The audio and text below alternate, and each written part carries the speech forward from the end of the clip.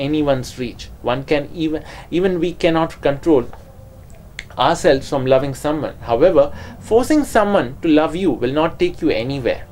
There's something called as free will, and everyone has got a right to exercise it, and you need to respect someone's free will in the end.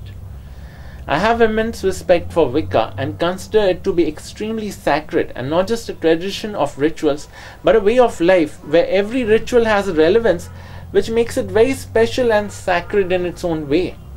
Whenever we perform a spell or a ritual which disregards the free will of the opposite person, we end up indulging in karmic destruction, for which we have to pay a price.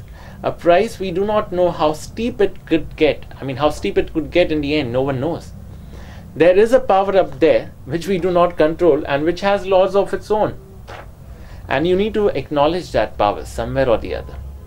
As far as Wiccan spells are concerned, it is important that one performs the spells without keeping any expectations. I know the only purpose of any spell is to achieve a purpose in the end. However, emotional detachment is very important for one to find success in the effectiveness of Wiccan spells. Honestly, I am not the right person to guide someone on the ways to make any spell work its magic. I have been a huge fan and admirer of Ipsita Roy Chakravarti, and especially her opinion, especially her work and life. I've loved her books and the work that she does. I've read 2 of her books, Beloved Witch and Sacred Evil, multiple times.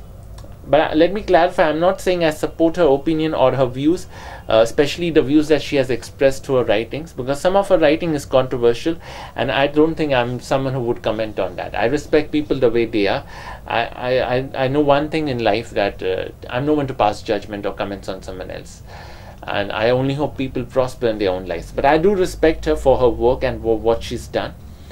Honestly, for me, this is the soul of a woman who has stood the test of time, someone who has ruled her life in her own way and by overcoming struggle which was as unique as the soul is.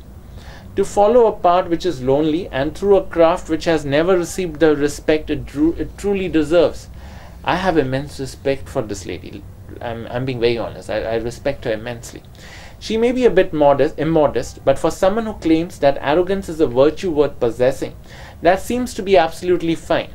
When one reads her book, one would realize that she is blessed with an exceptional talent and a very receptive soul. A soul that can see through people, superficial life and time. A skill and an ability that not many are blessed with.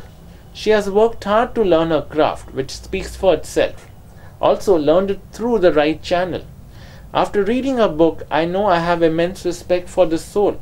She keeps referring her soul as barren in her book. However, for me, not many women would have made productive difference in the life of others the way she has done through her work. Our perspective and the way we judge people changes over a period of time. Although I do not advocate the idea or the practice of judging someone else, many years ago, for me, Mrs. Indira Gandhi was a woman who implied a ruthless and an autocratic temperament. Although